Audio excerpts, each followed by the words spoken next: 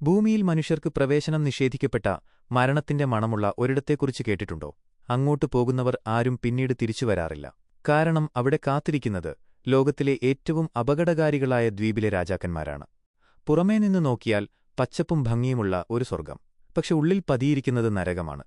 ഓരോ ചുവടിലും മരണം പതിയിരിക്കുന്ന മനുഷ്യനേക്കാൾ പാമ്പുകൾക്ക് ആധിപത്യമുള്ള ലോകത്തിലെ ഒരേയൊരു സ്ഥലം. ആ സ്ഥലത്തേക്ക് നമുക്കൊരു യാത്ര പോകാം. ബ്രസീലിന്റെ തീരത്ത് സാവോ പോളോയിൽ നിന്ന് ഏകദേശം 33 കിലോമീറ്റർ അകലെ മനോഹരമായ ഒരു ദ്വീപുണ്ട്. പുറമേ നിന്ന് നോക്കുമ്പോൾ പച്ചപ്പും പാറക്കെട്ടുകളും നിറഞ്ഞ ഒരു സ്വർഗ്ഗം പോലെ തോന്നും. പക്ഷേ ലോകത്തിലെ ഏറ്റവും അപകടകാരികളായ സ്ഥലങ്ങളിൽ ഒന്നാണിത്. ഇതിന്റെ പേരാണ് ഇൽഹ ഡ ക്യൂമഡ ഗ്രാൻഡെ, അതായത് സ്നേക്ക് ഐലൻഡ്. ദ്വീപിലെ രാജാക്കന്മാർ മനുഷ്യരല്ല. ഈ ദ്വീപിൽ മനുഷ്യരില്ല. ഇവിടെ ഭരിക്കുന്നത് ലോകത്തിലെ ഏറ്റവും വിഷമുള്ള പാമ്പുകളിലൊന്നായ ഗോൾഡൻ ലാൻസ്ഹെഡ് അണലികളാണ്. ഇവ ഈ ദ്വീപിൽ മാത്രമേ കാണപ്പെടുന്നുള്ളൂ. ഒരു കാലത്ത് ഈ ദ്വീപ് മെയിൻലാൻഡുമായി ചേർന്നു നിന്നിരുന്നു. എന്നാൽ ആയിരക്കണക്കിന് വർഷങ്ങൾക്ക് മുൻപ് സമുദ്രനിരപ്പ് ഉയർന്നപ്പോൾ ദ്വീപ് ഒറ്റപ്പെട്ടു. അവിടെ കുടുങ്ങിപ്പോയ പാമ്പുകൾക്ക് ഭക്ഷണത്തിനായി പക്ഷികളെ ആശ്രയിക്കേണ്ടിവന്നു. പറക്കുന്ന പക്ഷികളെ വേഗത്തിൽ കൊന്നുവീഴ്ത്താൻ തക്കവണ്ണം ഇവയുടെ വിഷം സാധാരണ പാമ്പുകളേക്കാൾ 5 മടങ്ങ് വീര്യമുള്ളതായി പരിണമിച്ചു.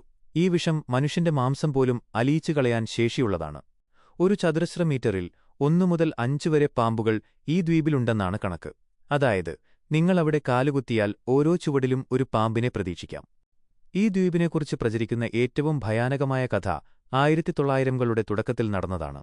അന്ന് ഈ ദ്വീപിൽ ഒരു ഓട്ടോമാറ്റിക് ലൈറ്റ് ഹൌസ് ഉണ്ടായിരുന്നില്ല. കപ്പലുകൾക്ക് വഴികാട്ടാൻ ഒരു ലൈറ്റ് ഹൌസ് കീപ്പറും അദ്ദേഹത്തിന്റെ ഭാര്യയും 3 കുട്ടികളും അവിടെ താമസിച്ചിരുന്നു. ഒരു രാത്രി ജനൽ അബദ്ധവശാൽ തുറന്നിട്ടപ്പോൾ വിശന്നുവലഞ്ഞ കുറേ പാമ്പുകൾ വീടിനകത്തേക്ക് ഇഴഞ്ഞുകയറി. പാമ്പുകളെ കണ്ട് ഭയന്ന കുടുംബം കാട്ടിലൂടെ ബോട്ടിലേക്ക് ഓട്ടി രക്ഷപ്പെടാൻ ശ്രമിച്ചു. എന്നാൽ മരക്കൊമ്പുകളിൽ നിന്നും പാറക്കെട്ടുകളിൽ നിന്നും പാമ്പുകൾ അവരെ ആക്രമിച്ചു. പിറ്റേന്ന് സാധനങ്ങൾ എത്തിക്കാൻ വന്ന നാവികർ കണ്ടത് ദാരുണമായ കാഴ്ചയായിരുന്നു. ദ്വീപിലുടനീളം ചിതറിക്കിടക്കുന്ന മൃതദേഹങ്ങൾ. ലൈറ്റ് ഹൌസ് കീപ്പറും കുടുംബവും പാമ്പുകളുടെ ആക്രമണത്തിൽ കൊല്ലപ്പെട്ടിരുന്നു. അന്നുമുതൽ ഈ ലൈറ്റ് ഹൌസ് ഓട്ടോമേറ്റഡ് ആക്കുകയും ദ്വീപിൽ മനുഷ്യവാസം നിരോധിക്കുകയും ചെയ്തു.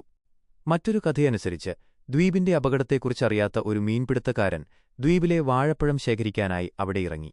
ദിവസങ്ങൾക്ക് ശേഷം രക്തത്തിൽ കുളിച്ച നിലയിൽ തന്റെ ബോട്ടിനുള്ളിൽ മരിച്ചുകിടക്കുന്ന അദ്ദേഹത്തെയാണ് ആളുകൾ കണ്ടത്.